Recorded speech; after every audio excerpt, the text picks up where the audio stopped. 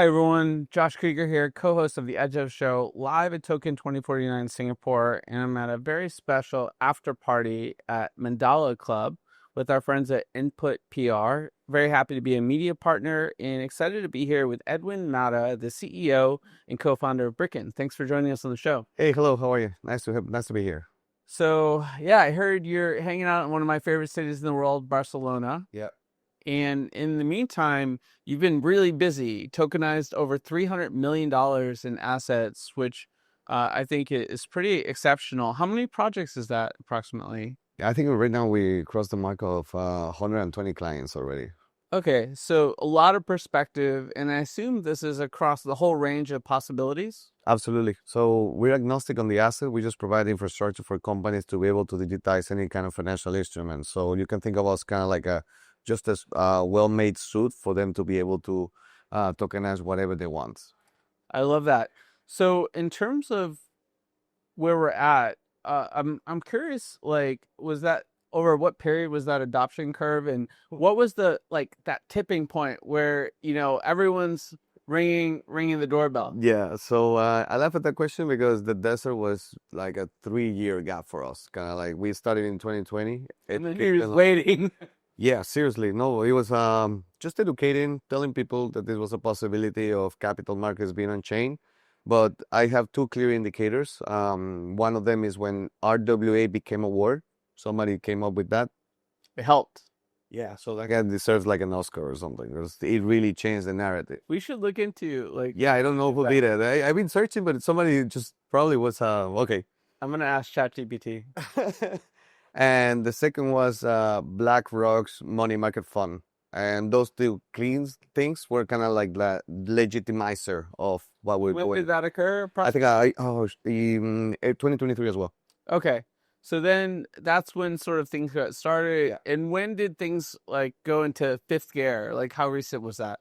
Yeah, so in 2023, when that happened, we were already building in the space, pushing a lot, and we come from a Web2 SaaS traditional model with a nice dashboard, full experience, and we wanted to bring that into the Web3. So we always like to say like we don't sell a blockchain product, we sell a securitization, a dashboard, Web2 experience, and when it became trend in the RWA world, people were looking into the tokenization space and they stumbled into something that was already very well made. So we have been building for years. The positioning was good. And basically we started like conquering the space just because we were out there with the very solid know-how, a very well-made product, and very good understanding of what is capital markets on chain. So I imagine partnerships have been sort of a critical component of your business, like a lot of like in all business, right? And especially in Web3. And you recently announced a partnership with Mantra. What made you decide to do that partnership, and what are the potential implications there? Yeah, so we always do close partners with people who we believe they can bring assets on chain, right? And we were last year we became the official tokenization provider for BNB Chain. We have other partners as well at that sort. And we closed a deal with Mantra basically because they have a high regulatory level at the UAE. They have about a license. The team is super well professional, and basically they understand like how we have to onboard assets on chain. So it was a natural thing that it should have happened. Like two great companies with great people trying to really thrive into understanding, digital assets are coming on chain and this is a way. So we're very happy with them. To what extent is your platform decentralized, and what is the level of decentralization that strikes a balance between regulatory compliance and openness? Yeah, I mean, the compliance layer is already embedded into our full stack. So we have from the smart contract compliance to the, let's say, not like off-chain, the KYC, KYB. And so we really built that compliance already embedded into our platform. That's really fascinating. So what are the possibilities that this partnership opens up down the road?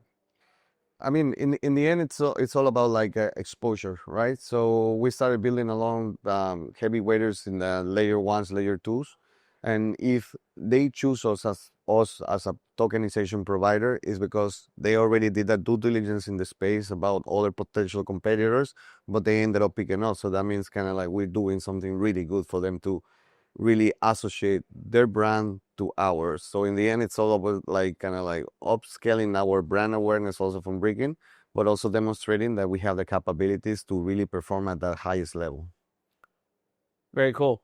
So I've had a lot of conversations this week about sort of reshaping capital markets and what RWAs bring in terms of democratization of opportunities to a wider variety of folks geographically, economically, socially.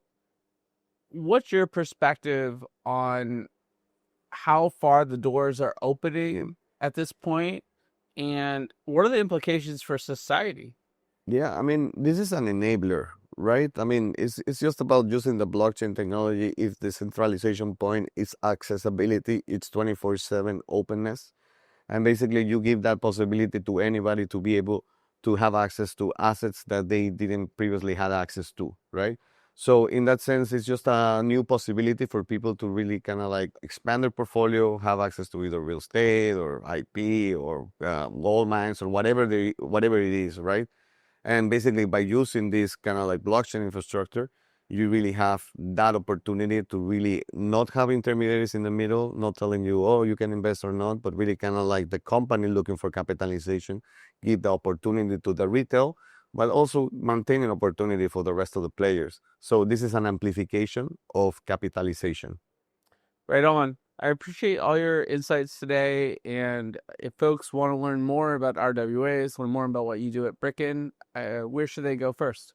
Well, I mean, we're very much aware on the LinkedIn platform, throwing a lot of research reports and education pills, but also on Twitter. So please follow us or add to our newsletters to get some more insights on how the RWA and tokenization space is trending and the present and the past.